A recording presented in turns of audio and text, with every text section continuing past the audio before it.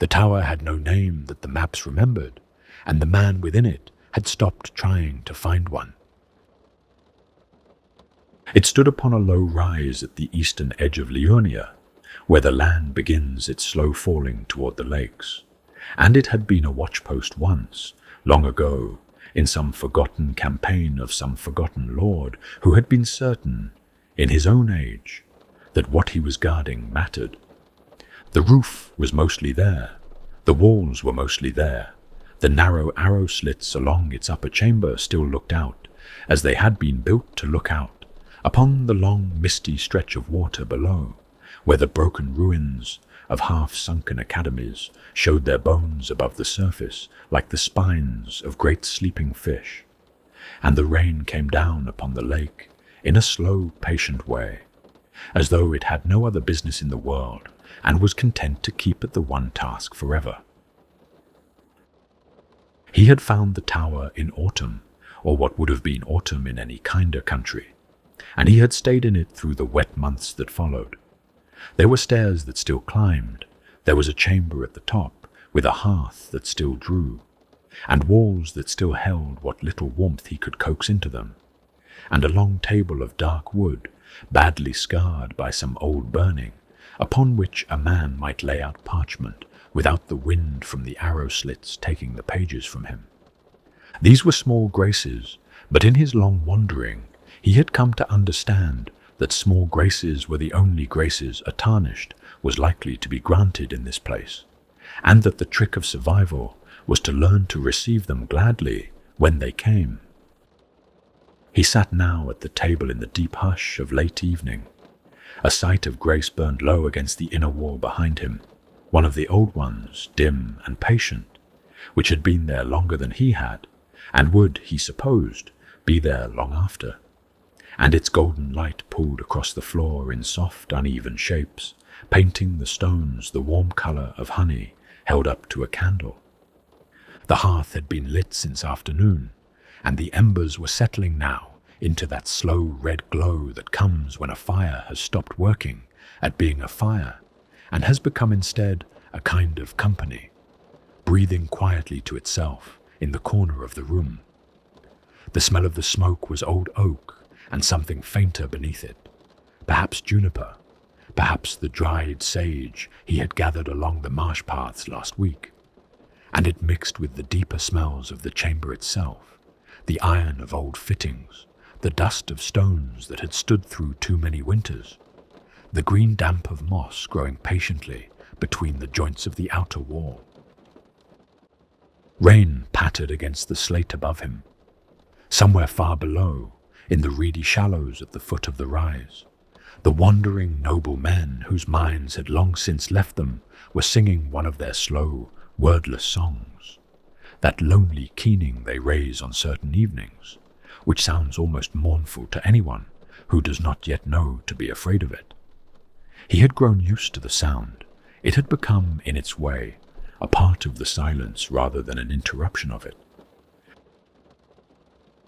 Before him on the table lay his portfolio of papers, a thick sheaf of parchment, much creased and much corrected, the edges worn soft by long carrying, and beside it an ink-pot of dark glass, and a small clay cup of the bitter Lernian tea he had taught himself to brew from leaves the wandering merchants would sell him, and the stub of a goose quill that he had been meaning, for several weeks now, to replace and had not.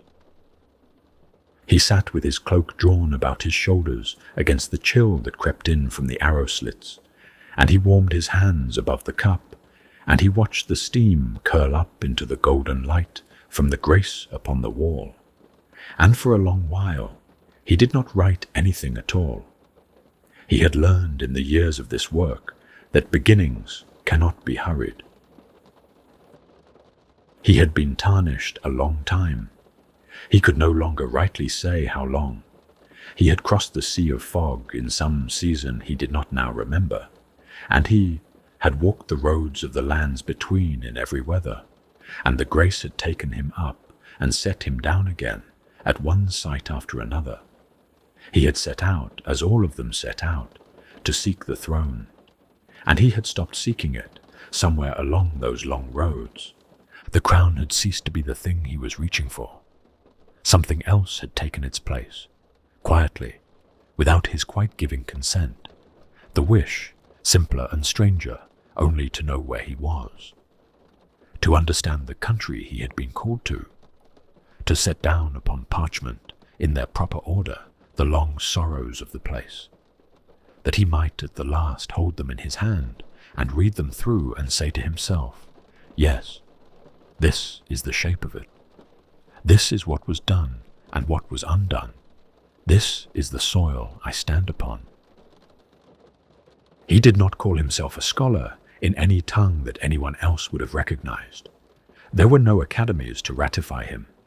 The one academy whose ruins lay below his tower had long since stopped receiving applications, and its sleeping queen had not signed any document in an age.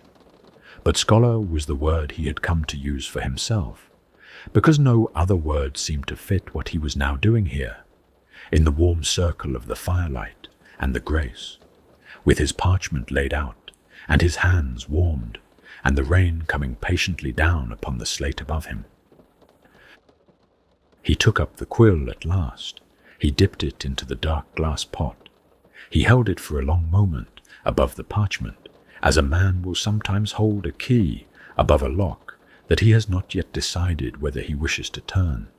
And then he set it down upon the page, and he began. He began at the beginning, at the only beginning we can rightly begin from, which is the beginning before there were any lands or any between, before there were even names for such things, when there was only the one great and the long dark beyond it, and the slow first stirring of the will that would in time undo them all. In the beginning, before ever there were lands between, there was the one great, and the one great was whole, as a still pool is whole, and there was nothing in all the dark that lay against it or apart from it, for nothing else yet was. So begin the oldest tellings, those few that have come down across so many ages, that the very ages themselves have been forgotten in the passage. They speak of an unbroken stillness, and of a hush that lay upon the deep beyond all measure, and of a unity so complete that to imagine it now is like trying to imagine a sound before there is anyone to hear it. And into that long stillness there came at last a stirring, and the stirring was the first act of the being who would in later days be named the Greater Will, though no name was upon it then. It dwelt in the lightless places beyond the stars, where neither warmth nor colour reaches, and from those places it looked upon the one great and made a choice, and by that choice the wholeness was undone. Out of the breaking came births, and out of the breaking came souls, and out of the breaking came every division by which the world has ever afterwards been counted. Light from darkness, hill from valley, breath from bone. And from that first sundering, all the long history of being would unfold as a river unfolds from a hidden spring. There are those, even now, who reckon this the original sorrow of the world, and who hold that all later griefs have flowed from it as the rivers from that spring. When the Greater Will had set its purpose, it sent forth messengers from the dark beyond the stars. And the first of these was a luminous child who came down to the lands between in the heart of a falling star, travelling along the deep underflow of the cosmos, which the ancient tellings name the primeval current.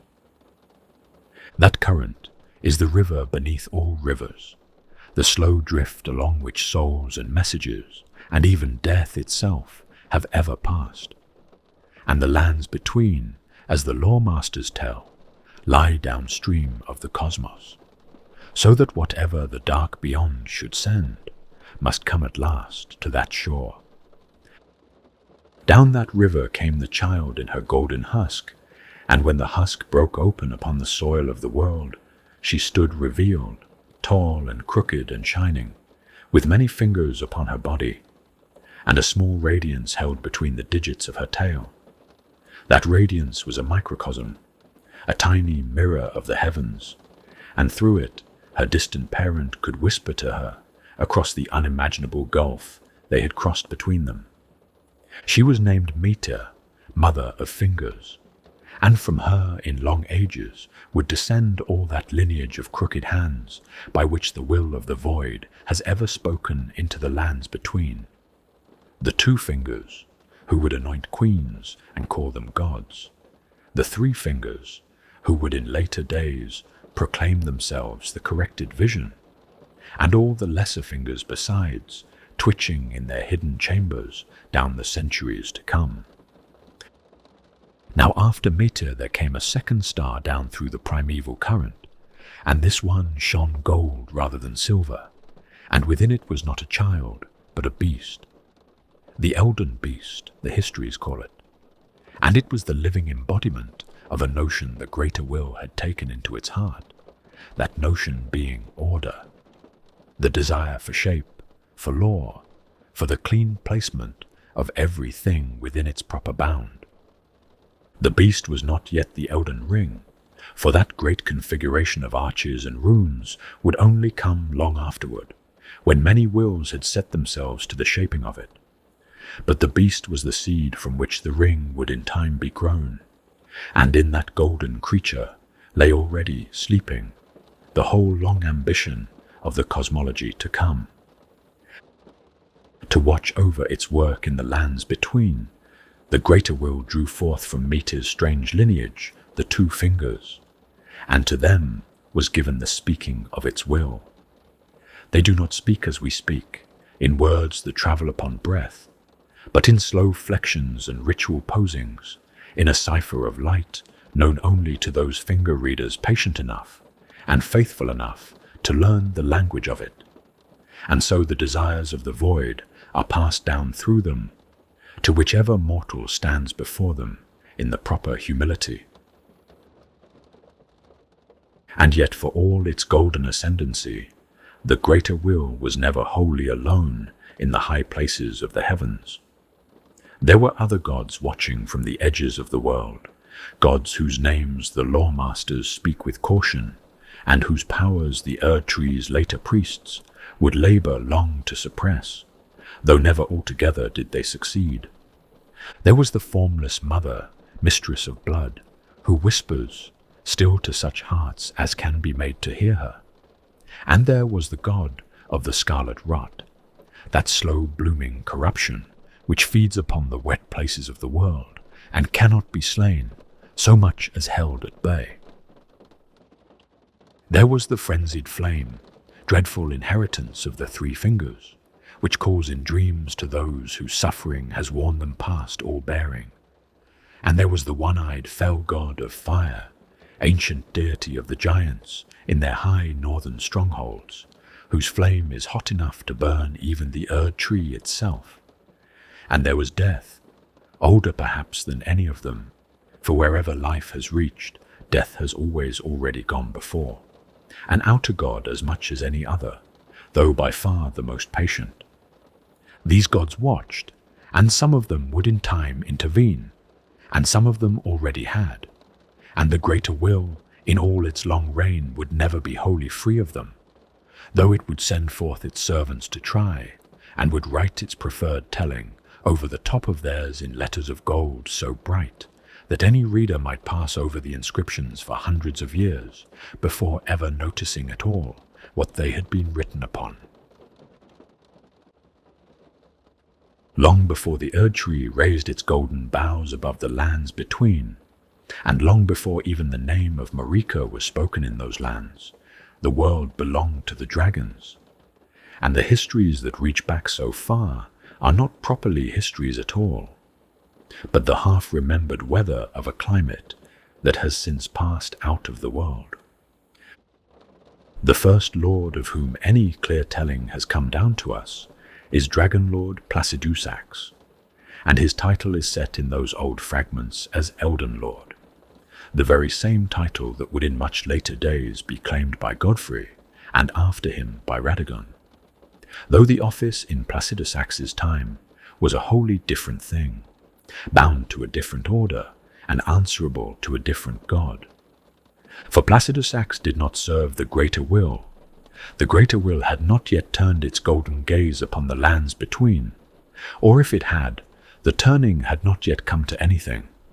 And the patron whom Placidusax served, and to whom his long reign was bound, was an outer god whose name no inscription has preserved, and which perhaps was never spoken in any tongue that could be set down in letters at all. That God was with the dragons in their high noon, when their wings darkened the sky over half the world, and their thunder shook the mountains. And that God was with them when they raised up Farum Azula, the city of stone that floated upon the storm, which is one of the wonders of the elder world, and which the lore-masters speak of even now with hushed voices, for none can rightly say how such a thing was ever made. And then the patron god of the dragons simply went away. It did not war with them, it did not curse them, it did not even bid them farewell. It only departed, the way a great tide goes out and forgets to come back, and the dragons were left behind in their high city, with all their proud powers slowly slackening upon them, and no one to whom they might appeal. What befell Farum Azula then is among the strangest of things, for the city did not fall. It was caught instead in some great unwinding of time itself, and lifted half out of the world altogether, so that it now drifts forever between time, neither wholly in the present age, nor wholly in the past, but suspended in a slow tempest of broken hours. The winds that blow there blow oddly. The thunderheads that move above its ruined towers move in directions that the law of weather cannot account for. And the great dragon himself, Placidusax, lies sleeping at the heart of his ruined hall, with his many heads coiled about him, and he waits, though for what or for whom no one can say, unless it be for the return of that god who left him. In those ancient days when the dragons reigned above, and the patron god still walked at their side, the lands between were not yet formed. The crucible was the vitality from which every living shape was drawn, and into which every living shape was poured back when its time was done. And so long as the crucible lay open beneath the world, no creature was ever truly separate from any other. Beasts bore the eyes of trees, and trees the limbs of beasts, and from horn and wing and root and breath there came forth such marvelous and unrepeatable forms as the present age can scarcely imagine. The horns of the omen, which the Golden Order would in later days call an abomination, were a remembrance of that age. The eyes upon the bark of certain old hauntwood, and the wings carved upon the stones of certain forgotten shrines, were remembrances also. For the crucible was not orderly, and it was not tidy, but it was alive, with that strong and unrepeatable aliveness, which belongs only to things that have not yet been told what they ought to be. In the long ages that were to come, the crucible would be reshaped, gathered up by the hand of a queen, and folded into a single golden tree, where the same vitality would still flow, but would be made to flow in lines, and according to a pattern, and within bounds it had not known before. The Erd tree was beautiful, and the Erd tree was a wonder, but what was set down in the making of it, no later hand has ever been able to call back. For the world before the tree was a world in which life had not yet been instructed what shape to take. So passed the age of the dragons, and so passed the age of the crucible with it. And what came after was finer in its surfaces and crueler in its depths. Not all who came to dwell in the lands between were content to live beneath the eye of a god they had not chosen, and there is no telling of this matter more sorrowful, nor more worthy of remembrance than the telling of the Nox and their bright cities beneath the open sky. In the time before ever the Erd tree was raised, when the dragons had begun to fade from the high places, and the crucible still bloomed in the wild soil of the world, there flourished upon the surface of the lands, between a folk of great learning and great craft, whose like the world has not seen since. The Nox they were called, and they were builders of silver chambers and gazers into reflective pools, raisers of star-shaped towers and keepers of packs with the moving heavens, and their cities, Nokron and Noxtella foremost among them, though there were others whose names have been worn smooth by the long passage of the years, were so fair that the people who first set them down lacked the words to render them, and contented themselves with calling those cities eternal. The Nox were a thoughtful people, and the thoughtfulness was their undoing, for in their long contemplations they came at last to understand that they were being watched. The eye of the greater will lay upon them from out of the dark beyond the stars, and the two fingers in their distant chambers moved already among the affairs of mortals, choosing this bloodline and discarding that one, shaping the fates of kingdoms by a hand that few in those days had yet learned to recognize.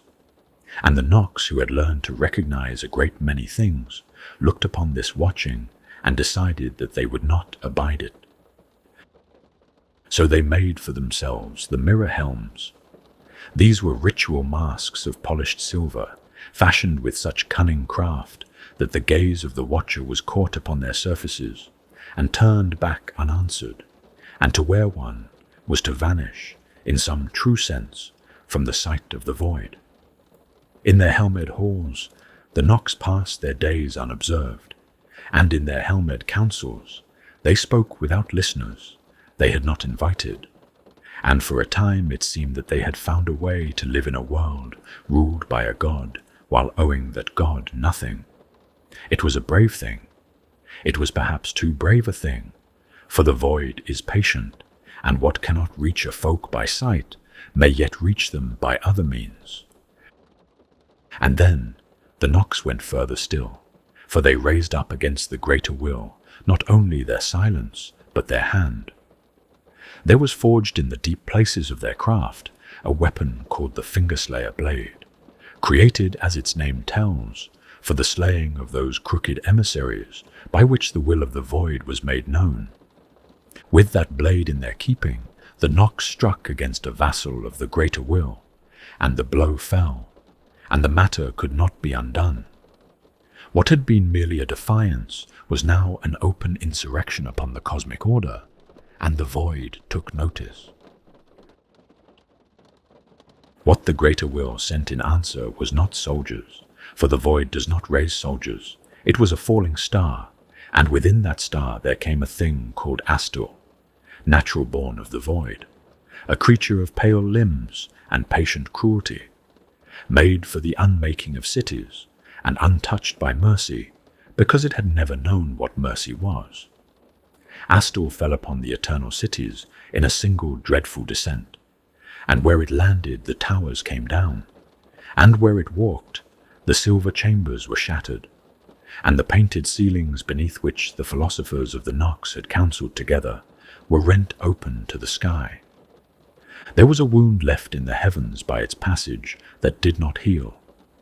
There is, even now, a hole in the night where Astur came through, and the law-masters who study such things say it has never closed in all the long ages since. The Nox were not slain to the last. Worse than slaying was set upon them. The sky they had defied was taken from them, and they were driven down beneath the soil into the deep places where their lamps still burn, and their false stars still glimmer upon the painted ceilings of the cities.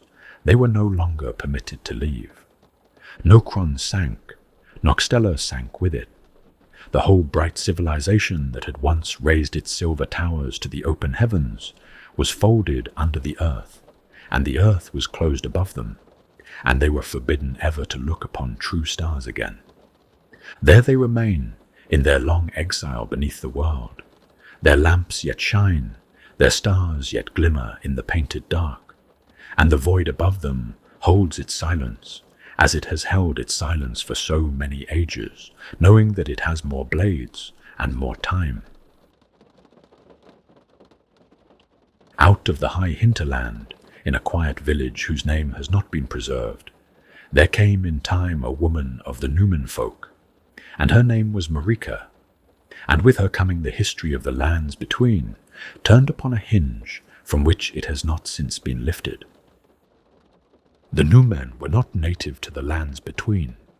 Where they came from is not clear, but it is held among the lore-masters that they made their long journey from somewhere beyond the Sea of Fog in the years before the Erd Tree, and that they brought with them a bearing and a cadence not native to the soil they settled upon.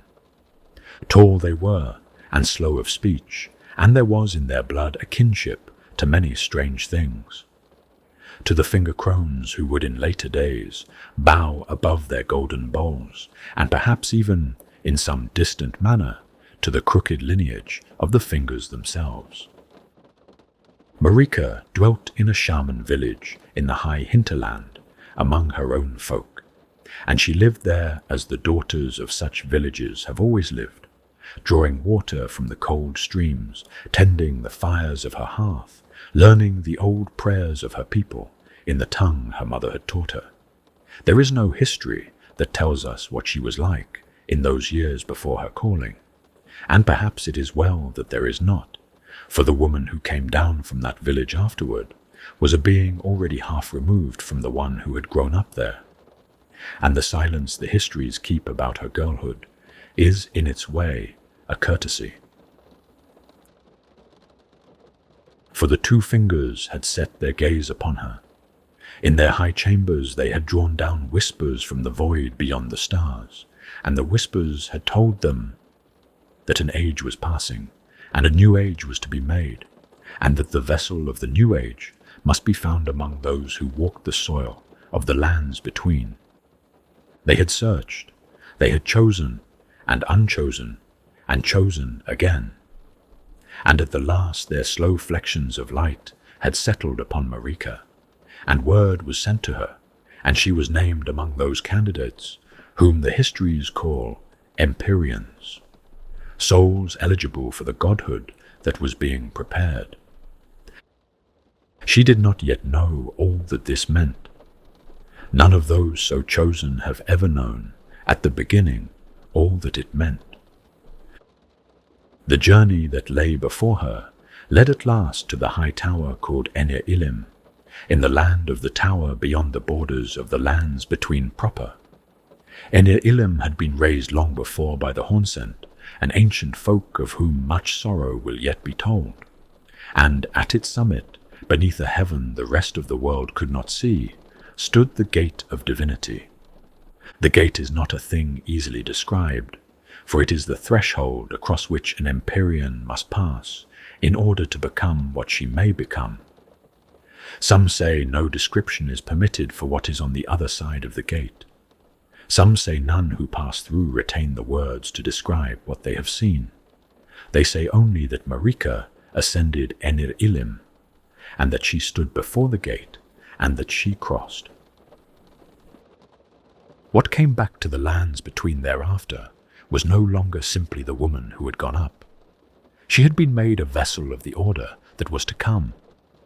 The Elden Beast, that golden creature which had been sent long ago in a falling star, and which bore within it the living substance of order itself, had been taken into her body and held there, and she had begun already, even in her returning, to work upon it with her will, shaping the raw beast of lore into the great configuration of runes and arches that would in time be named the Elden Ring.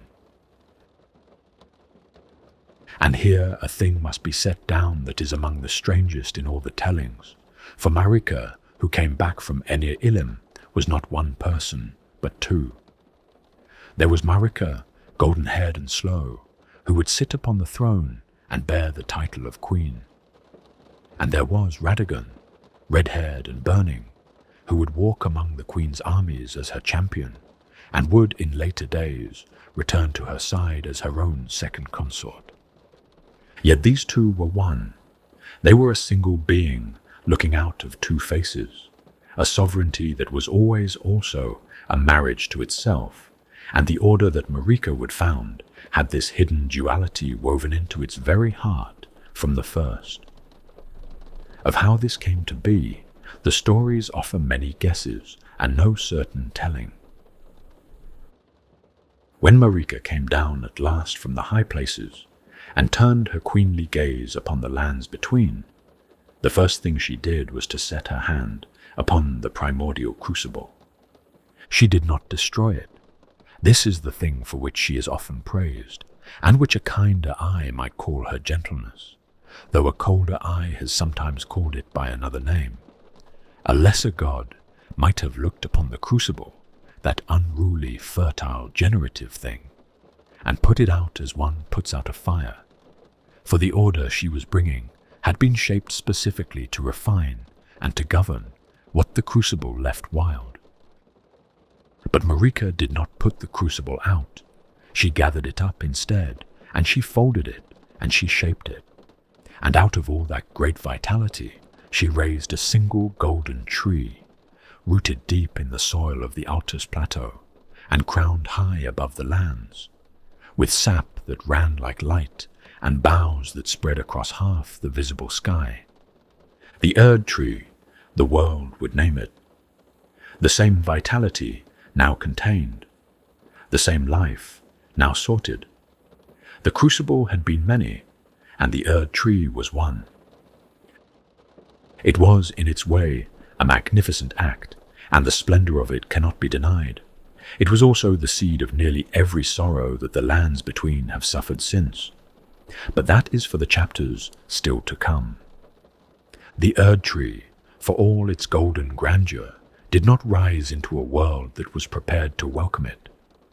The lands upon which Marika cast her queenly gaze were already full of older powers, older faiths, older gods who had held their dominions long before any seed of order was set down beside the heavens. And so the early reign of Queen Marika, fair though it was in truth the reign of a god at war, and her first long age was one of a chain of campaigns giving way to the next, until at last the empire she had set out to build stood whole upon the bones of all that had stood before. Of these campaigns, the longest and most grievous was the war against the giants. Waged in the high northern reaches, where the snow lies thick upon the passes, and the mountains keep their counsel year in and year out, the fire giants dwelt there, and they were the keepers of a great forge at the foot of a flame.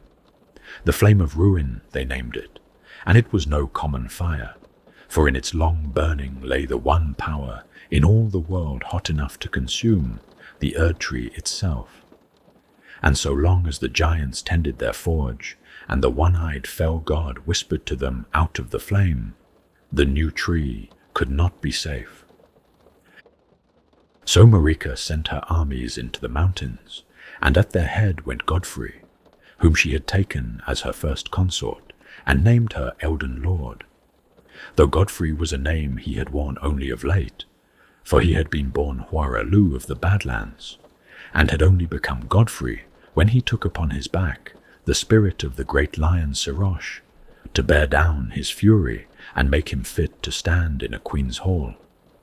With him went the heroes of the Erd Tree's first dawn, bearing weapons forged of vitrified stones, quarried at altitude, and at their side rode the knights of Zamor, whose deeds in those passes have not been forgotten even now.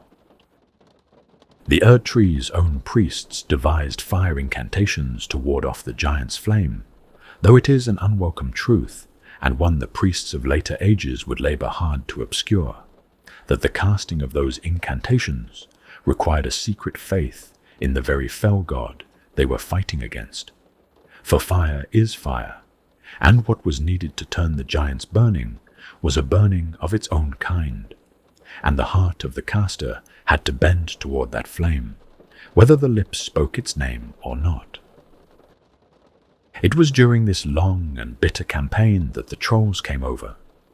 The trolls were the kinsmen of the giants, descended from the same ancient stock, and bearing the same mark upon their bellies, a great single eye set in the soft flesh of the gut, which was the sign of their fealty to the fell god. Yet at some hour of the war, for reasons unknown, the trolls turned from their fathers and took the side of the Erd tree. They cut the eye out from their bellies, each of them with his own hand, and they came down out of the mountains bearing the empty hollows where their old loyalty had been. And Marika gave them gilded swords to mark their new fealty, and they fought beside the Erd tree's heroes through the long campaign, and were counted, for a season, among the saved. When the war was won at last, the trolls were not honored. They were set to labor, harnessed to the great coffin carts and the deep mines, and the years dimmed their wits, and they were remembered ever after, not as the kinsmen who had broken with their own blood for the Erd tree's sake, but as slow beasts of burden, whose old story no one any longer cared to tell.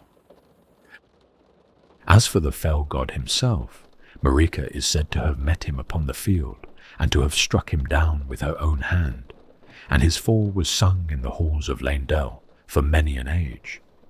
Yet the flame of ruin did not die, the forge could not be put out, and so Marika did the thing she would do many times in her long reign, when victory proved less than complete. She set a curse upon the last surviving fire giant, binding him to tend the flame for as long as the world should endure. He tends it still. The wind does not cease in those high places, and neither does he. There were other wars besides the war in the north. There was the Storm Lord, who held the high winds above the cliffs of Stormvale, and against whom Godfrey was sent in the days before the southern lands were brought wholly under the Queen's hand. The Storm Lord fell at the last to Godfrey's weapon, as so many others had fallen, and the high winds passed into the keeping of those who would in later ages raise Stormvale Castle upon the bones of the older sovereignty. There were the dragons who came down upon Leyndell from the ruined heights of their crumbling sky city. For though their long age had been ending since their patron god abandoned them, the dragons did not pass quietly out of the world, and the wrath of their last assault upon the new capital is set down even now in the carved friezes of its outer walls. The Queen's golden armies turned them, and from that turning came the dragon crest incantations and the dragon hunt lances that have been the inheritance of every dragon slayer since.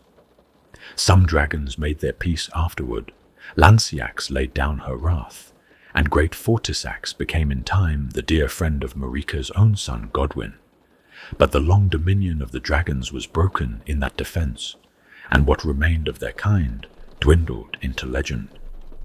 There was the war against the Carrion royal family, which was less war than slow subjugation, for the Carrions were the masters of the moonlit sorceries and the keepers of pacts older than the Erd tree, and they could not be easily struck down by force of arms.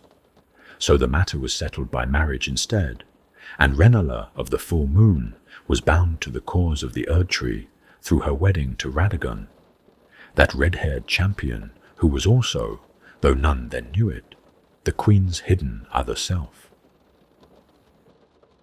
With her binding came the Academy of Raya Lucaria, and the deep study of the primeval current that the Carrion scholars had long pursued was set aside under the new governance of the Crystallians, and forbidden, and largely forgotten. And there was a quieter war, fought largely in shadow, against the followers of the Glomide Queen. She was a god of death, perhaps a fragment of that older outer god of death itself, or perhaps a separate divinity. Her servants were the godskin apostles, who wielded the black flame and took as their emissaries the violet-feathered deathbirds, whose ghost flame still burns in certain old graveyards. And in her keeping lay the rune of death, that fundamental rune which bound true mortality into the very structure of the Elden Ring. Marika sent against her the shadow, Maliketh, a black-furred beast-man bound to her by ties closer than blood, half-brother and sworn guardian, the one being in all the cosmos whose loyalty she might rely upon without doubt. Malekith hunted the glow-eyed queen through the dim places of the world, and at the last he came upon her, and he slew her, and he took the rune of death from her possession into his own keeping. He bore it ever after, sealed within the black blade upon his back, and so long as it remained there, no true death would walk the lands between, and the long age of the Erd Tree's immortality could begin. There remained one campaign more, and it was the cruelest, and Marika labored harder to hide it than any other deed of her long reign. In the land of the Tower, beyond the borders of the lands between proper, there dwelt an ancient folk called the Hornsent. They were the keepers of certain old truths concerning the Crucible. They had raised Enir Ilim, the high tower upon whose summit stood the gate of divinity itself, and through that gate Marika herself had passed in the hour of her ascension, which is to say, in the plainest telling, that the Hornsent had been her hosts and her teachers, and in some manner her kin. Yet she sent against them her son Mesmer with an army of outcasts at his back, and gave him a flame to carry. The Hornsent were slaughtered, their towers were thrown down, their priests were burned alive within the lacquered jars in which their rites had been kept. And when the work was done, Marika did a thing which had not been done before. She took the heart of the lands between, the very ground upon which Enir Ilim stood, and all that had been done there, and she lifted it out from the world altogether, and folded it away into a hidden country, sealed behind a veil. The realm of shadow. The few who know of it now call it. There she buried what had been done.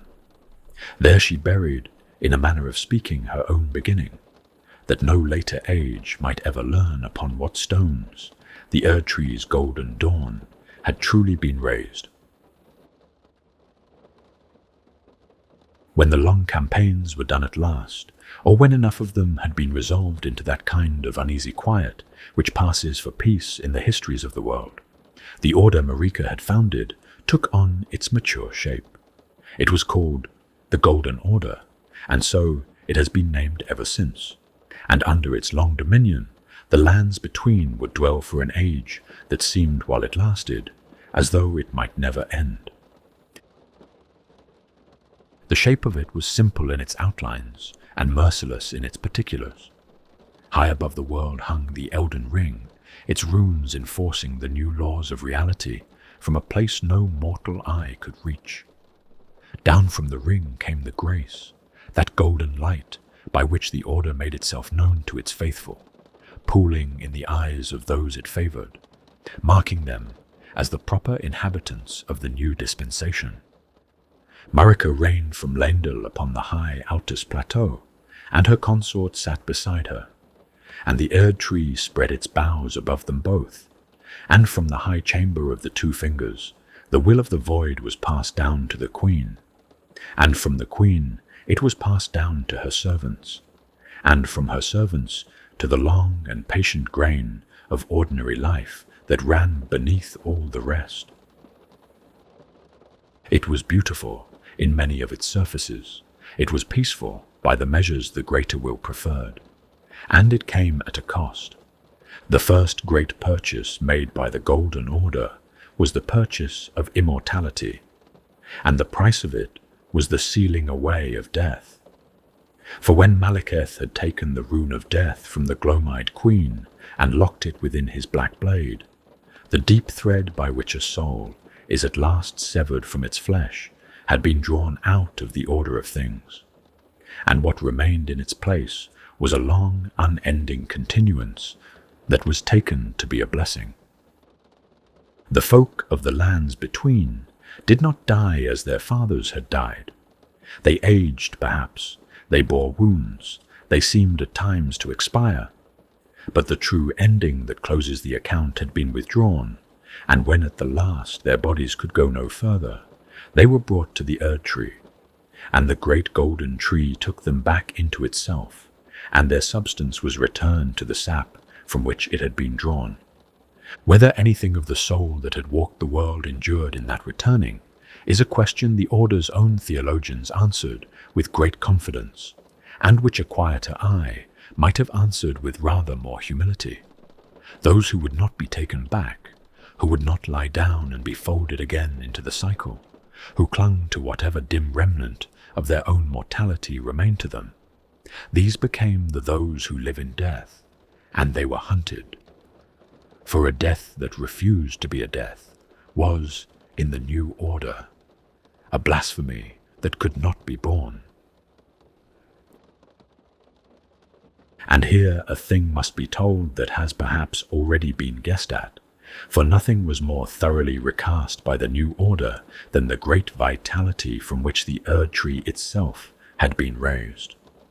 The crucible, which had been the wild generative source of every living shape in the elder world, was now declared a flaw. The catechisms of the order taught that the commingling of beasts and beings, the proliferation of horns and wings and tails and other unruly attributes, had been a defect of the old world from which the Erd tree had mercifully delivered the present age. To be marked with the aspects of the crucible was to be cursed. To bear horns was to be an omen. To bear wings was to be a misbegotten. To be born from those wet and fertile lower waters, where life had once mingled most freely, was to be an albinoric, and the makers of such folk were obliged to set their cradles down, with care lest the children fail entirely. The very vitality from which Marika had drawn the substance of her tree was now declared, by Marika's own priests, to be a sickness from which the tree had cured the world. It was a strange teaching. It was perhaps a necessary one, for an order founded upon refinement cannot easily honor the unrefined source from which its refinement was drawn. But the cost of the strangeness fell upon those who bore the source in their own flesh, and these were many. The Omen are the most painful case, for the Omen were not strangers. The Omen were the Queen's own people. The horns of the Omen were the same horns that in the age before the Erd tree had been read as marks of the divine, the visible token that the bearer had been touched by the great vitality of the crucible, and was therefore set apart for honor.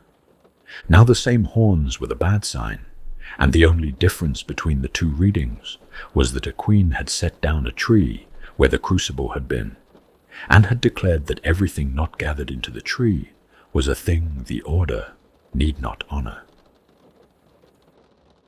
When Marika's own Omen sons were born, the twins Morgoth and Morg, both bearing the horns of their grandparents' grandparents, the order could not openly slay them, but neither could it openly receive them.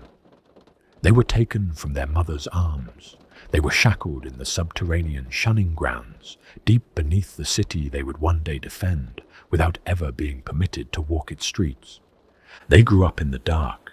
They grew up alone. And other Omen, those who had not the protection of royal blood, fared worse. They were chained in pits and hunted by the Omen killers, an entire profession whose only task was to see that the horn should not be permitted to outlive their cursing. The misbegotten dwelt in the cliffs above the Weeping Peninsula, with their winged and clawed bodies bent to the labor that the order would not perform itself, and they sang in the evening songs which their masters did not trouble to learn. The Albinorics dwelt in the cold marshes of Liurnia, frail and short-lived, regarded as half-finished things by the very order whose craftsmen had largely made them.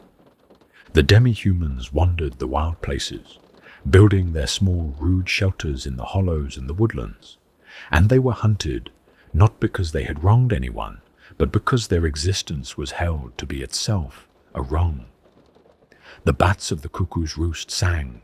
Even now they sing a lament in an old liturgical tongue, a prayer when one stops long enough to listen, offered to a god the order no longer permitted them to name aloud.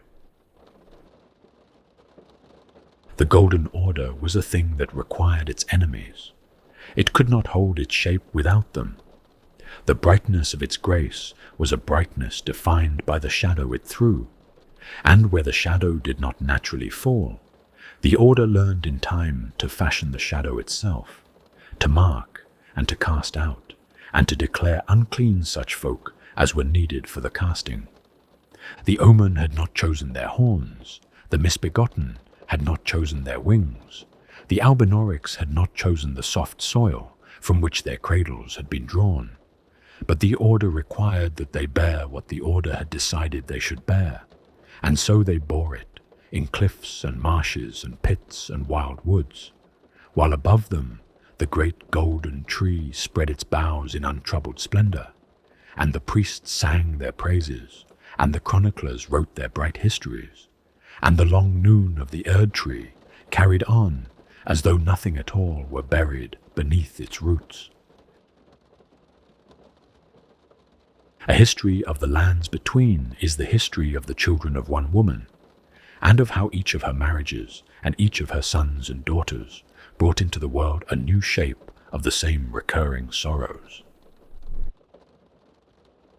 She had, in the long course of her reign, 2 consorts, and the first of these was Godfrey, whom we have already met upon the high passes of the war against the giants. By Godfrey she bore 3 children. The eldest was Godwin, called the Golden, a son who took after his father in his martial bearing, and after his mother in his radiant aspect, and who was beloved. He was the brightest of all the brood.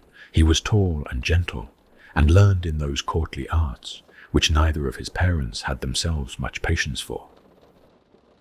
He befriended the dragons in the long quiet after the war with them had subsided, and earned the loyalty of great Fortisax, who became in time something like his brother, and the 2 of them were often seen together in the high places above Lendo, and in the deep places beneath it, and they spoke in a friendship that crossed the boundaries of kind in a manner the Golden Order had not foreseen. There was in those early years a belief in the capital that the continuance of the Order through Godwin was as certain as the rising of the morning, for he was loved by gods and dragons and ordinary folk alike, and no one yet imagined that the Order might fall by any door he could not bar. Then came the twins, Morgoth and Morg. They were omen, as we have already heard, and their fate has already been set down in part. They were taken from their mother in their infancy. They were placed in the dark beneath the city, and the city pretended that they did not exist. The official genealogies omitted them. The queen, whatever she may have felt, did not contradict the pretense. In due course, the wars of Godfrey came to their end. This is the dangerous moment in the life of an Elden Lord. So long as enemies remained to be conquered, Godfrey's role had been clear. He had been the queen's sword, her right hand, the bearer of her wrath upon the field. But when at the last the final worthy foe fell to his axe, somewhere in the high passes or upon the wide grasslands south of Lendor, his work was done, and Marika looked upon her consort and saw that he was no longer needed in the shape he had taken. And she did what she had done before with the surviving fire giant, in her own manner. She changed his fate without consulting him. She stripped his grace. She stripped with the same stroke the grace of every warrior who had marched beside him. And the dimness came into all their eyes together, and the gold went out of them. She named them tarnished, faded ones, and she charged them with a doom that was at once banishment and covenant. They were to leave the lands between. They were to take ships across the Sea of Fog, and to wage war in distant lands, and to die in exile far from the soil that had made them. And she gave them, in return, a promise that after their deaths the grace would be restored to them, and that in some far age they would be called back to the lands between, to fight upon her behalf once more. It was, viewed coldly, a banishment dressed in the clothes of a covenant, but Godfrey had been her consort, and he was a man who kept faith with what he had sworn, and he obeyed. He went down to the boats with his warriors at his back, and they sailed away into the long fog, and the long march of the Tarnished was begun. Of that long sailing little is now remembered. Godfrey's axe was broken upon some far shore, in some battle whose name has not come down, and he took up another in its place.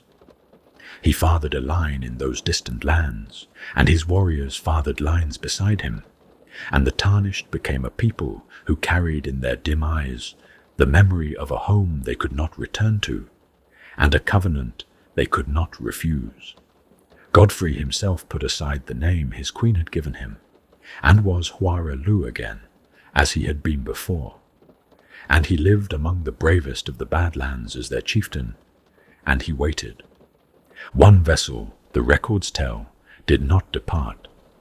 Whether by misadventure or by refusal, some who had been called to the boats remained behind upon the shore of the lands between, and from them descend the ancestral followers, and certain other small lineages who wander the wild places of the lands between, even now, dimly remembering an origin they cannot quite put into words.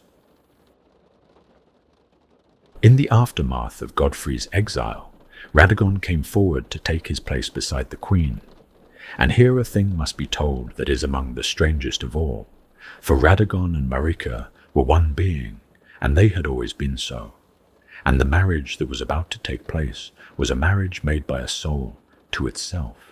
Before he was called back to Leyndell, Radagon had dwelt for many a long year in the moonlit halls of Carrier Manor, for he had been wed to Renala of the Full Moon as part of that long subjugation of the Carrion royal house, which a queen's diplomacy had accomplished where her armies had not. Renala had loved him. There is no writing that doubts this. She had worn his great red braid woven into her own hair as a token of their union. She had borne him children. She had ruled the academy of Raya Lucaria with him at her side, and her sorcery had been the brighter for his presence. By her he had fathered General Radan the Red Lion, who would in later years become the mightiest warrior the lands between had ever produced, and Rani the Witch, who would in her turn reshape the destiny of the world in ways no one yet imagined. And there had been, by some tellings, a third child as well, though that child's name is whispered rather than written, and most will not press the matter further. But when Godfrey was sent away, and the queen's throne required a new consort, Radagon left her. He did not divorce her in any ceremony, he simply went.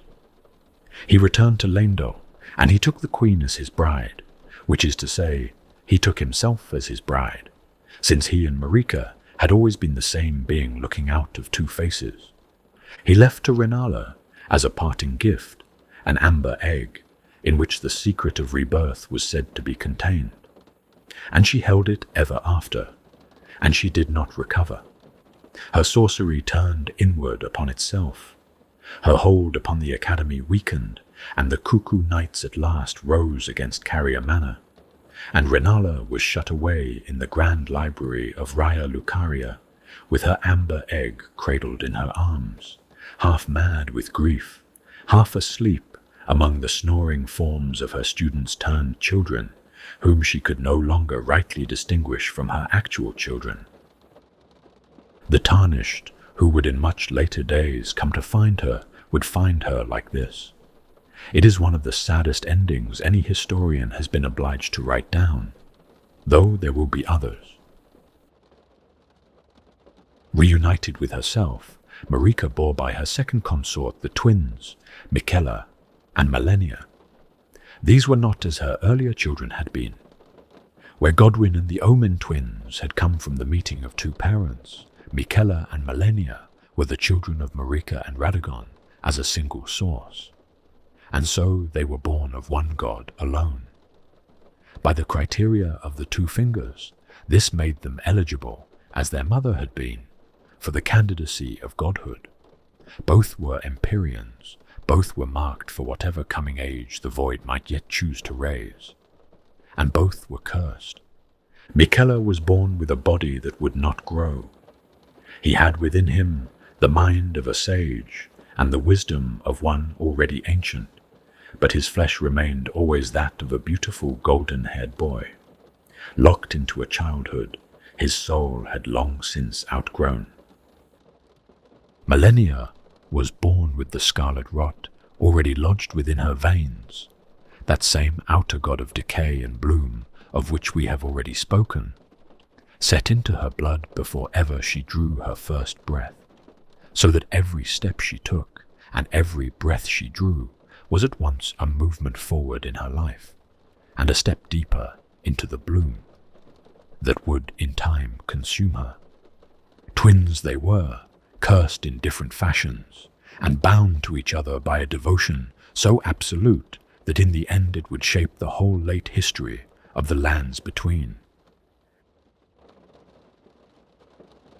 When the Elden Ring was broken, its largest fragments were claimed by the surviving children of Marika's house, and these fragments came to be called the Great Runes, and those who bore them came to be called the demigods, or shard-bearers in the older speech. Before the tale moves further, it is well to set down who these demigods were, and what they became under the weight of what they carried, and what each of them sought after the world's breaking. For they are the inheritors of the catastrophe, and the catastrophe wears their faces. The first to be told of is Godric, called the Grafted, master of Stormvale Castle, in the high windward cliffs of Limgrave. He was a distant descendant of Godfrey. He was the most distantly removed of any of the demigods from the divine source, and he knew it, and the knowing had withered something inside him long before any shard was ever placed into his keeping. He had come to believe that if the blood of the first Elden Lord ran too thinly in his own veins to make him formidable, then he would make himself formidable by accumulation, and so he set himself to the strange and grim labor of grafting onto his body the limbs and faces and powers of any creature whose strength he could not match by his own. Dragon arms he stitched onto his shoulders, stolen wings he bound to his back. He held a great rune, and he held Stormvale Castle, and in the long, uneasy years after the shattering, he sat upon his stitched-together throne in his stitched-together body, the last and saddest representative of a noble line that had once produced the greatest warrior the lands between had ever known. The second is Renala, of whom much has already been told, and of whom not a great deal more need now be said. She kept her great rune in the grand library of Raya Lucaria, and she kept her amber egg cradled in her arms beside it, and the two were of equal weight in her keeping, for she had ceased, by the time the shattering came, to make much distinction between the work of order and the work of memory. She had been broken by the leaving of her husband long before any cosmic breaking occurred, and the wars of her brothers and sisters were, to her, only the outer confirmation of an inner ruin already complete. She did not seek the throne, she did not war, she cradled her egg, and she dreamed her long dreams of rebirth, and her sleeping students dreamed beside her. The third is Radan, called the Star Scourge, eldest son of Renala and Radagon. Radan was the great soldier of the second house. He had inherited his father's red mane and his mother's astral sorcery, and he had grown to such size in his manhood that no ordinary steed could bear him. And so the Carians bred for him the noble Leonard, his beloved horse, whose loyalty he returned in full measure, and the two of them became together a single image of war that has not been matched in any age before or since. He held the eastern marches of Caelid for his mother, and he was a hero in the older sense of the word, and he loved his sister Rani. When the fate prepared for Rani by the two fingers became visible to her, When she saw that she had been chosen as one of the Empyrean candidates, and that the chain of stars above the lands between was already beginning to draw her toward a destiny she had not asked for and would not accept, she resolved upon escape. To escape the fate written for her required, among many other things, that the very heavens above her cease to move, for the sorceries of her house were bound to the wheeling of the stars, and so long as the stars wheeled, the future they spelled would come to pass. Radahn took up the gravity sorceries that the Carian scholars had long preserved. He went out alone into the mountain tops, and he set himself against the wheel of the heavens, and by sheer brute strength of arm and will he held the stars in their places. He held them as a man might hold a great door against something pressing on the further side. He arrested the celestial motion that was meant to seal his sister's fate, and he stood at his post until the stars themselves accepted that they would not pass while he stood there, and he saved her. The doing of it broke him. The scarlet rot would come for him later, by his sister Malenia's blade, but the first ruin had already been written into him by the act itself. For to hold the stars is not a thing a body can do without consequence.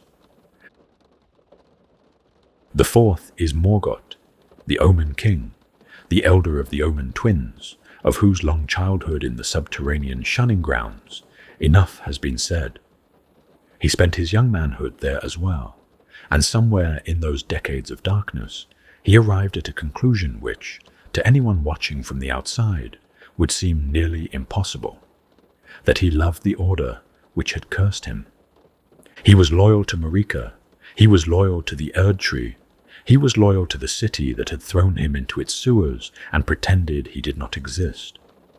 And when the shattering came and Lendil was left without a sovereign, it was Morgoth, alone, unheralded, working from the shadows beneath the assumed name of the unveiled monarch, and known to the tarnished who first encountered him as Margit upon the cliffs of Stormvale, who took up the defense of the capital. He drove back his own invading siblings. He held the Erd Tree against his own brothers and sisters. He sought, when the long defense had been won, to claim at last the throne he had so long defended. But the Erd Tree warded him away, for an omen could not be its lord, and Morgoth bore even that final refusal without breaking. He kept his post, and he remained loyal. The fifth is Morg, his brother, who took the opposite path. Finding no welcome in any quarter of the Golden Order, Morg gave himself instead to the formless mother, that outer god of blood, whose whispers find such hearts as can be made to hear them. He built for himself a court in the deep places beneath the world, in the bloody dynasty of Mogwin, and there he set himself up as a king in mockery of the queenship that had cast him out. He stole his half-brother Miquella away in the latter days, and bore the eternal child into his hidden cocoon, and sought there to make Miquella his consort, his own lord, in a grim parody of the rights by which Marika herself had taken her consorts. He failed. Miquella did not consent. The sixth is Malenia, the severed, undefeated blade of Miquella, and of her three blooms, for that is the shape her doom is to take. Only the first had been set upon the world by the time the shattering ended. She had suppressed her rot all her life by means of an unalloyed gold needle that her brother had crafted for her, and by the patient teaching of the blind swordsman who had been her master in arms. She had never been defeated in battle. She fought Radahn upon the wide plain of Aeonia, and neither of them broke, and when at the last it became clear that her every skill would not bring him down, she let the rot bloom, and the scarlet Aeonia opened across Caelid like an obscene flower, and half the province died at once, and the other half began the long, slow dying that has continued ever since. She blossomed once, She would blossom twice more before the end. She did not want it. She had never wanted it. But the path away from it had long since closed. And the seventh is Miquella the Kind, whose telling is perhaps the strangest of all. He was beloved. He had raised the halig tree in the cold high north as a second sacred tree grown in defiance of the Erd tree's exclusions, and to its shelter had come all those whom the Golden Order had cast out, Omen and Misbegotten, and Albinoric, and Demi-Human, and the soft-winged bats of the abandoned roosts. All of them loved him. All of them found, beneath his golden boughs, the nearest thing the lands between had ever offered to mercy. But Miquella's gift was not mercy. Miquella's gift was charm. He could not help compelling the love of those who came near him, and the compulsion was not chosen by its recipient, and could not be refused, and could not be examined. And Miquella himself in time grew troubled by this, for he had wisdom enough to see what such a gift could come to mean if it were ever unleashed without bounds.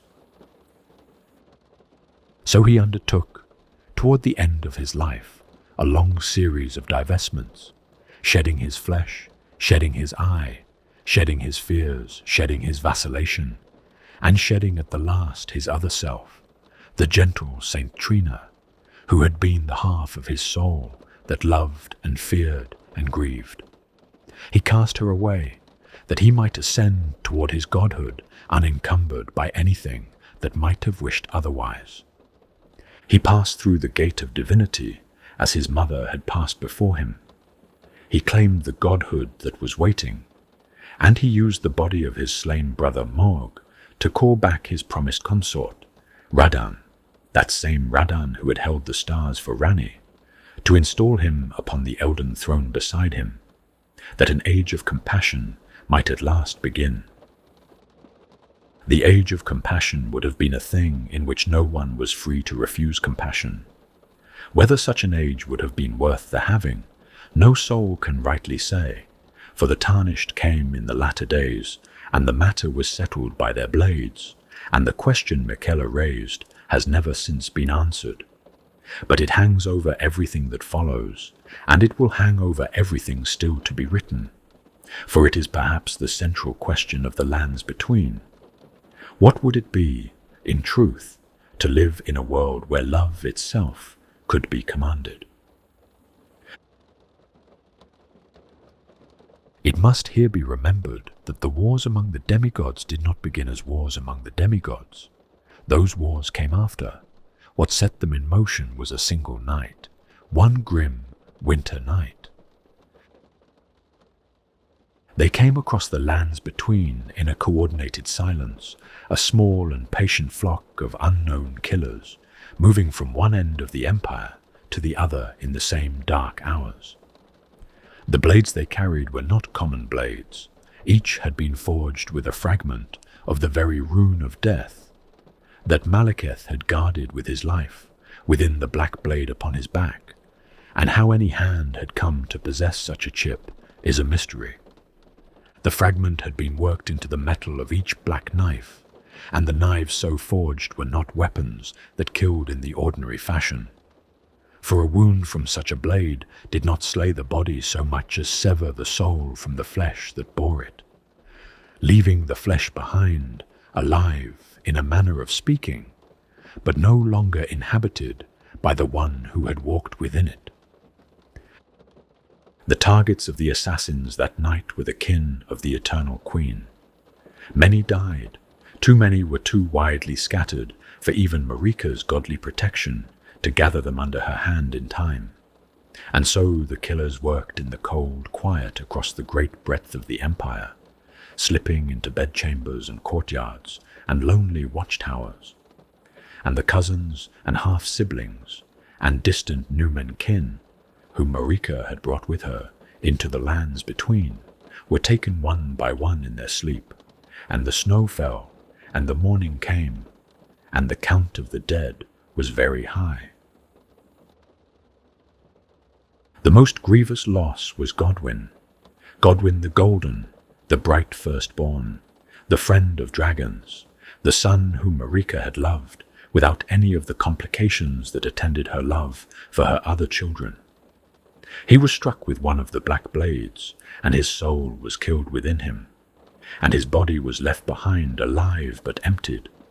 And they bore him in great mourning to the Erd tree, and they laid him in the tomb prepared for the most beloved of the divine. And there, in the deep quiet of his interment, a thing began to happen that no body in all the long age of the Erd tree's immortality had ever done before. He began to die, slowly, wrongly. His soul having been already taken from him, his body sought another mode of continuance, and what it found was a great slow rooting downward into the soil. For the substance of him, having nowhere else to go, ran out into the earth beneath the Erd tree, like sap into the roots of a wounded tree. He became something that some have at length learned to call the Prince of Death, the first true death in an age that had been built to abolish all dying, the single deep hole in the Golden Order's denial of mortality, sunk into the very heart of the Order itself. His tomb has never closed. His roots have never ceased to spread. The death blight that creeps through certain low places of the lands between in the present age, the slow corruption that has touched even some of the tarnished who walk those roads, runs all of it back to him, and to the night the black knife found him in his sleep. There was upon that same night another death, though it was not the same kind of death, and it was not unwished for. Rani the Carrion Witch, the daughter of Renala and Radagon, the Empyrean whom the Two Fingers had chosen as one of the candidates for the coming age, was also struck by a black blade that night. But hers was a death she had arranged. She had foreseen the fate prepared for her. She had concluded with that cool clarity which had always set her apart from her brothers, that she would rather not be the consort of any further age of the greater will. And so she had made common cause, through what channels the chronicler cannot reconstruct, with parties willing to provide her with one of the knives, and she had set it to her own body, or had ordered it set, in such a manner that the flesh was killed, but the soul was deliberately preserved, slipping free of the body in the moment of its severing, and finding refuge in the dull bodies and spirit vessels that her sorcery had long prepared. She vanished from the official accounts of the night. She did not vanish in truth. She continues in her small puppet form, somewhere in the cold ruins of the Three Sisters, above the Carrion Lakes, and the tarnished, who reach her in the present age, find her plotting still. It was an extraordinary act, and it should perhaps have warned the survivors to wonder what else might have been at work that night. But grief, when it comes upon a household, does not generally leave room for such wondering. The question of who truly held the knives has never been settled. The Black Knife assassins themselves were Numen women, kin in some distant sense to Marika's own folk, and they were trained in some clandestine school whose location has not come down in any surviving record. They obeyed orders, but the orders, so far as we can tell, did not originate within the visible structure of the Golden Order. Malekith has been suspected, and Malekith has been cleared, for he took the loss of the rune fragment from his keeping as his own grievous failure, and he retreated afterward into the temporal storm of crumbling Farum Azula, and took on the shape of Gurrank, the beast clergyman who in the present age devours Deathroot, brought to him by pilgrims in a perpetual self-punishment from which he will accept no relief. There is, however, another whisper among the lawmasters. It is the whisper that Marika herself was in some way involved. She had, by that point in her long reign, begun to doubt the greater will and the order it had compelled her to install. Whether her doubts had been growing for ages or had only recently sharpened, no telling has come down to say. But the doubts were present, and the night of the black knives produced, with a convenience too neat to be ignored, exactly the pretext that a queen contemplating an act of cosmic defiance would have required. A grief vast enough to justify and to motivate the breaking of the Elden Ring itself. If she did it, she did not mean Godwyn to fall. Perhaps the killers were meant to strike others, and not him. Perhaps the killing of Godwyn was a hand she had not foreseen, working in some quarter she did not fully command. Perhaps. The Elden Ring broke beneath the hammer of its own vessel, and this is a thing that had not happened before in any of the long ages of the world. In the time of the ancient dragons, the ring had taken one shape. In the time of the eternal cities, it had perhaps taken another. And through all the configurations it had borne, it had been broken only by forces from without, by enemies, by outer gods, by the cataclysms that come down upon a world from beyond its own borders. It had never been broken by the god whose body contained it. Marika did this with her own hand. She lifted up the great Numen hammer she had borne with her since the days of her ascension, and had not since drawn forth, and she swung it down upon the ring of which she was vessel. And the greater will, watching from out of the lightless void, could not at first credit what its chosen instrument had done. The matter was without precedent. The whole long history of the cosmos provided no rule for what came next, for there had been no foreseeing that the order of all things could be undone from within itself. Radagon, her hidden other self, her red-haired half, flung himself upon the broken ring in the very moment after the hammer-stroke fell, and he sought with all his sorcery and all his strength to put it back together. He could not. The seams refused his hand. The fragments would not rejoin. Whether this was because the act of breaking is structurally different from the act of mending, and cannot be undone by any working, however skilled, or whether it was because some part of Marika that lived also in Radagon did not in truth wish the ring to be mended, no one knows. What is certain is that they were both, in the aftermath, sealed within the Erd tree they had together raised. The Elden Beast, that golden creature which dwelt at the heart of the ring as its living substance, asserted its own authority and confined them. The queen who had been the vessel of the order was nailed up within the order's own symbol. Her arms were spread, her head was bowed. She hung there in the posture her own priest's icons had so long depicted her in, but now without any of the safety of metaphor, for what had been a symbol of her sovereign martyrdom became, in the breaking, the literal manner of her imprisonment. She hangs there still, the tarnished, who reaches the heart of the Erd tree in the present age finds her, petrified and unanswering. Radagon hangs with her, the two faces of a single being shackled at last to a single fate. The largest fragments of the broken ring were called the Great Runes. There were 6 of them principally, though others smaller had also been struck off, and they scattered across the lands between like sparks from a great forge. They found, or they were sought out by, those most able to bear them, which, given the laws of inheritance and the fierce ambitions already stirring in the surviving children of Marika's house, meant the demigods. Godric took one, Renala took one, Radan took one, Morgoth took one, Morg took one.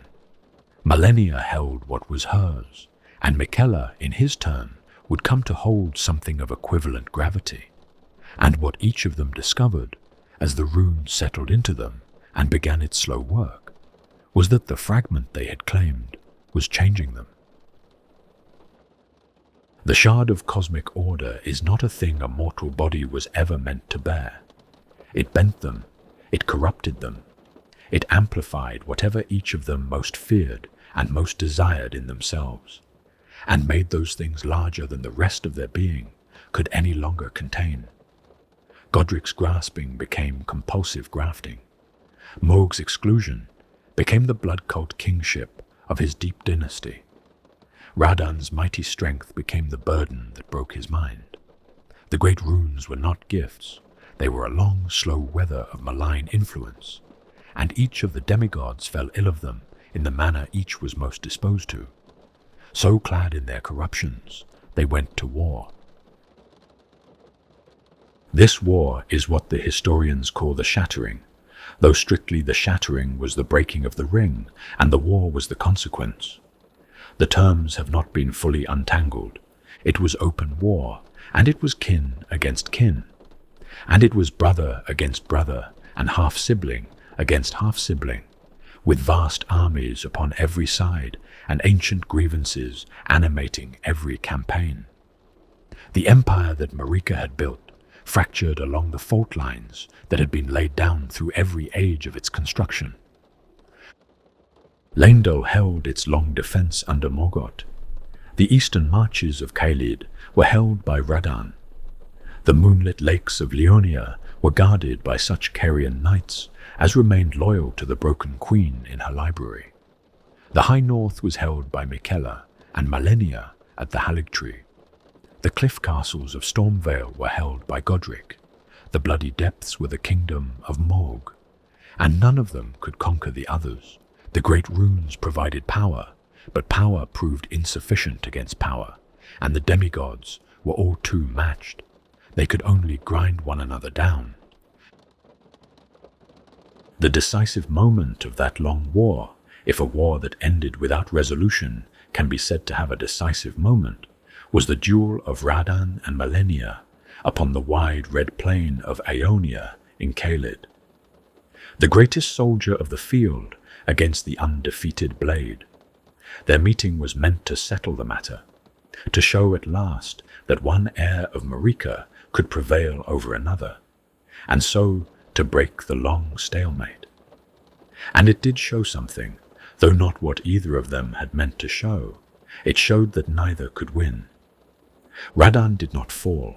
Malenia did not yield. They struck each other with such fury that no other force upon the field dared approach them, and the duel went on past the point at which any other warriors of the lands between would have broken or died. And still neither broke, and neither died. And when at last Malenia understood that her every skill of arms would not bring Radan down, she did the thing she had spent her whole life refusing to do. She let the rot bloom. Radan was infected. He did not fall in that moment, but the rot took him from within thereafter, slow and dreadful, and by the time the tarnished of the present age would come to find him upon his lonely beach, he was no longer able to recognize his own name. And his loyal soldiers lay dead in heaps around him, and Leonard, his great horse, bore him still in dim and patient devotion. Malenia survived her own bloom. She had blossomed once. She would in time blossom twice more, and the third bloom would be the last. But Aeonia had already broken her in ways from which she would never wholly recover, just as it had broken Radan. Two of the greatest warriors the lands between had ever produced, ruined together upon a single field. And after Aeonia, no other demigod could any longer pretend that the war could be won. The empire continued to fracture. Provinces went silent, roads grew over, cities held their gates closed against neighbors they had once traded with. And the greater will, watching all of this from its seat in the lightless void, did the thing that none of the demigods had any longer the strength to do for themselves. It made an ending. It abandoned them. It withdrew its grace from the children of Marika's house. It removed its sanction from their wars. It declared, in whatever fashion such a will declares anything through the slow flections of light by which the two fingers speak, that none of the surviving demigods would be permitted to take the Elden throne, and that the vessel of the coming age would have to be sought from elsewhere, from those who had been put away and forgotten and left to wander in lands across the fog. The grace would be given back to the tarnished, The promise Marika had made when she sent Godfrey down to the boats, in an age that now seemed unimaginably remote, would at last be kept. How long the Tarnished had been away from the lands between, no one has been quite able to say. There are inscriptions that imply only a few generations passed between the long march and the return, and there are others that suggest the span was so great that whole peoples rose and fell in distant lands, while the lands between lay in their long quiet. The grace came back into their eyes in some country far across the sea of fog, in whichever exile shore the long march had at last set them down upon. It came as a dim gold first, a thing they thought they were imagining, and then it came as dreams that all of them shared without knowing they were sharing them. And then it came as a pull they could not refuse, a long westward drawing toward a homeland most of them had never seen, and only the eldest among them had even heard tell of. The promise that Marika had made to Godfrey in the hour of his banishment was being kept at last, after so long an age that the keeping of it had become a thing the world had stopped expecting. The exiles went down to the boats again, and the boats took them across the fog, and they came in their twos and threes, and at length in considerable numbers, back to the soil from which their grandfathers' grandfathers had been driven. They did not, for the most part, know what they were returning to. Many of them did not even know what they were. The grace had stirred in their dim eyes, and the dreams had stirred in their sleep, and they had felt themselves drawn westward across the sea. But the precise shape of the work that awaited them was something they would only learn upon arrival. Upon arrival they were met. The two fingers, who had long since prepared for this hour, had set their finger maidens out along the inland roads, women in the service of the order, robed and patient, each one tasked to wait for the Tarnished she had been assigned, and to bring him at last to the place where his work could begin. Many such pairings came together as they had been intended. Many others did not, for many of the maidens had perished in the long, quiet years before the Tarnished arrived, by accident or malice or simple forgetting, and many of the returning Tarnished walked their long roads alone, with no companion to help them understand the lights that had drawn them home. The gathering place became Round Table Hold, a strange and lovely hall set only partly within the world, reachable from certain sites of grace by means the two fingers had long ago arranged. There the Tarnished could rest, and break bread, and speak with one another, and with the two fingers in their high chamber, and with Enya, the finger reader, who interpreted the cipher of light by which the fingers made their meaning known. There the great work was laid out at last in plain words. They were to seek the demigods in their broken kingdoms. They were to slay them one by one, and take into their keeping the great runes the demigods had borne.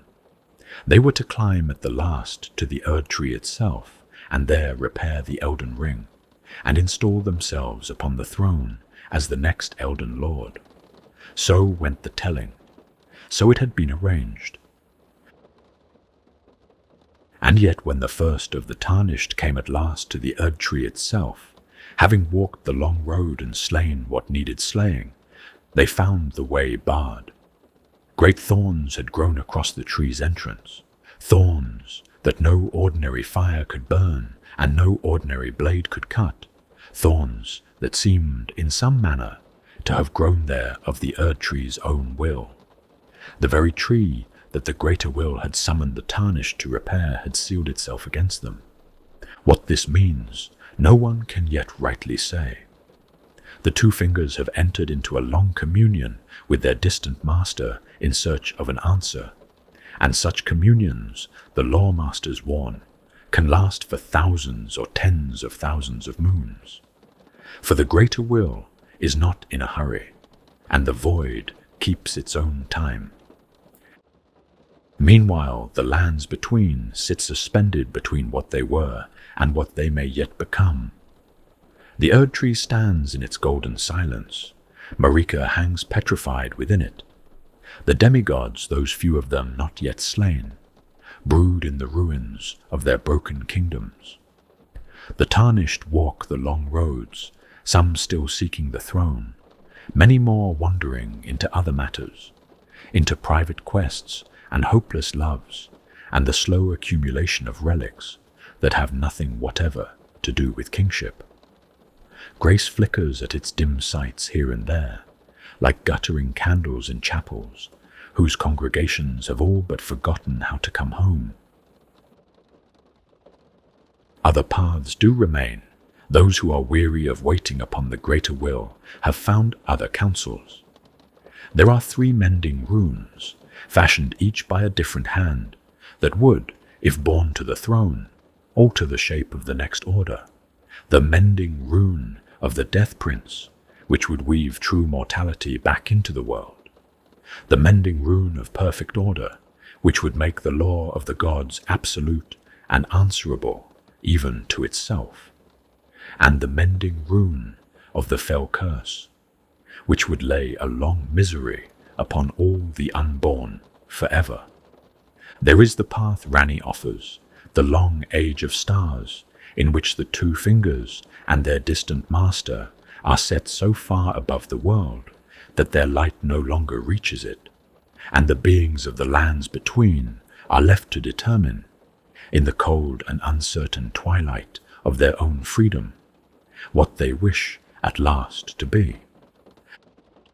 And there is the path of the frenzied flame, kept beneath the city in the subterranean shunning grounds, by which the Erd tree and all that stands beneath it would be burned together in one great cleansing fire, and the original wound of the one great's sundering would be undone in the only way the 3 fingers will accept, that it can be undone.